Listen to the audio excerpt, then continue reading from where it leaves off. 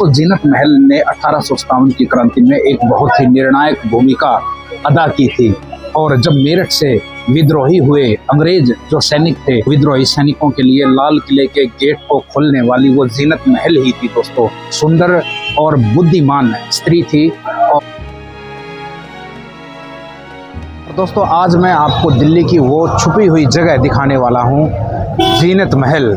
Last Mughal बादशाह जो 1857 की क्रांति में अंग्रेजों के खिलाफ लड़ा था, वो वृद्ध बहादुर शाह जफर, जिसकी एक खूबसूरत पत्नी जीनत महल, जब बहादुर शाह जफर ने उससे शादी की थी, बहादुर शाह जफर की आयु उस समय लगभग 60 वर्ष के आसपास थी और जीनत महल की आयु थी सिर्फ 21 साल की।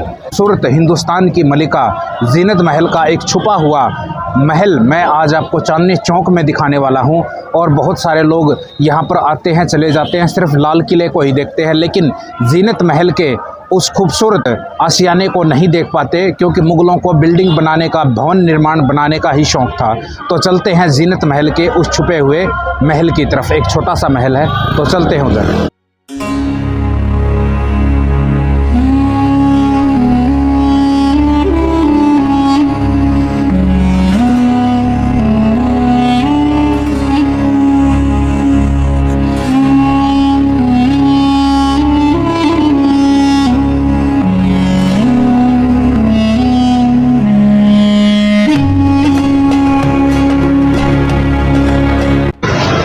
आखिरी मलिका, हिंदुस्तान की आखिरी मलिका जीनत महल के द्वारा बनाया गया महल, जिसे जीनत महल बोला जाता है। आज देखो दोस्तों इसकी क्या दुर्दशा है। बहुत ही कम व्यक्ति यहाँ पर आ पाते हैं, वरना लोगों को पता ही नहीं कि हिंदुस्तान की जो आखिरी मलिका थी उसके महल की आज ये दुर्दशा है।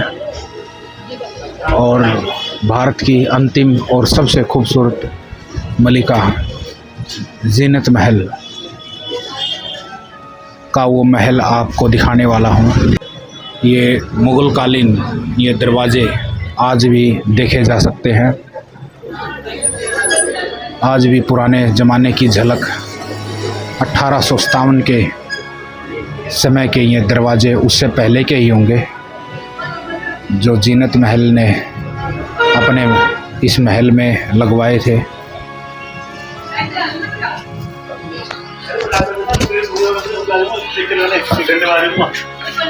तो बताइए जीनत महल के बारे में, कब तक मतलब मुगल जो वंश के आखिरी वंशज इस जीनत महल में रहे और अभी बिल्कुल ये वीरान पड़ा? इस बारे में मैं कुछ नहीं बता सकता आपको। वो यूँ जो हमारे बड़े थे ना उनको पता था इन बारे में, मेरे को नहीं पता इस बारे में। अच्छा, आपको कितने साल से यहाँ जीनत महल के पास रह रहे हैं? मैं तो अंदर ही रहता हूँ, अंदर ही रहता हूँ। अच्छा, अंदर ही रहते हैं, जीनत महल के अंदर रहते हैं? हाँ, अंदर ही रहता हूँ। ये कब से वीरान पड़ा है ऐसे जीनत महल? कहाँ वीरान पड़ा है? ये ऊपर का चबारा जो इसका वीरान है, ये यहाँ पे पहले स्कूल था। अच्छा, यहाँ स्कूल था? स्कूल था। और एक बहन, दो बहनें एक भाई रहते थे, वो स्कूल चलाते। अब वो मर गए हैं। वो मुगल वंश के ही लोग थे, उन्हीं के वंश थे? कोई नहीं, कोई नहीं। ये तो क्या नाम आगे रहे थे उस टाइम में, समझे। उसके बाद से जो है क्या नाम स्कूल चलता रहा, वो दोनों बहन भाई मर गए और उनके जो रिश्तेदार है उन्होंने बंद कर दिया इसको, स्कूल को। अच्छा, हाँ, ये है। ये अब वैसे वीरान पड़ा है ऊपर का हिस्सा वीरान पड़ा। बस ये हिस्सा है, ये गेट लगा लो। हाँ। ये ऊपर का ये मत्था जो है, बस यही है जो है। हाँ, बस यही निशानी बस। बिल्कुल यही निशानी। दोस्तों जीनत महल जो भारत की अंतिम मुगल शासिका थी, 57 की क्रांति हार गया था मुगल बादशाह बहादुर शाह जफर, और मुगल बादशाह ने 4 महीने तक दिल्ली को स्वतंत्र रखा था 1857 के संग्राम में। लेकिन दोस्तों यहाँ पर सैनिकों की कमी, गोलाबारी और कुशल नेतृत्व के कारण बाद में 1857 की क्रांति मुगल बादशाह बहादुर शाह जफर हार गया था, क्योंकि अंग्रेजों के पास जो नेतृत्व कुशल था, सैनिक ज़्यादा थे, अच्छे तोफखाने थे, बंदूकें थी। तो दोस्तों जीनत महल ने 1857 की क्रांति में एक बहुत ही निर्णायक भूमिका अदा की थी। और जब मेरठ से विद्रोही हुए अंग्रेज जो सैनिक थे यहाँ पर लाल किले में आए थे, और बख्त खां भी आया था उनके साथ, और बख्त खां और विद्रोही सैनिकों के लिए लाल किले के गेट को खोलने वाली वो जीनत महल ही थी दोस्तों। और खुला विद्रोहियों को, जो अंग्रेजों के विद्रोही थे, उनको साथ दिया था और 1857 का बिगुल बजा दिया था हिंदुस्तान से। और एक कुशल नेतृत्व भी किया था, क्योंकि बहादुर शाह जफर उस समय में काफी वृद्ध हो चुके थे। और एक नेतृत्व जो कुछ किया था जीनत महल के द्वारा ही किया गया था। बहुत ही सुंदर और बुद्धिमान स्त्री थी।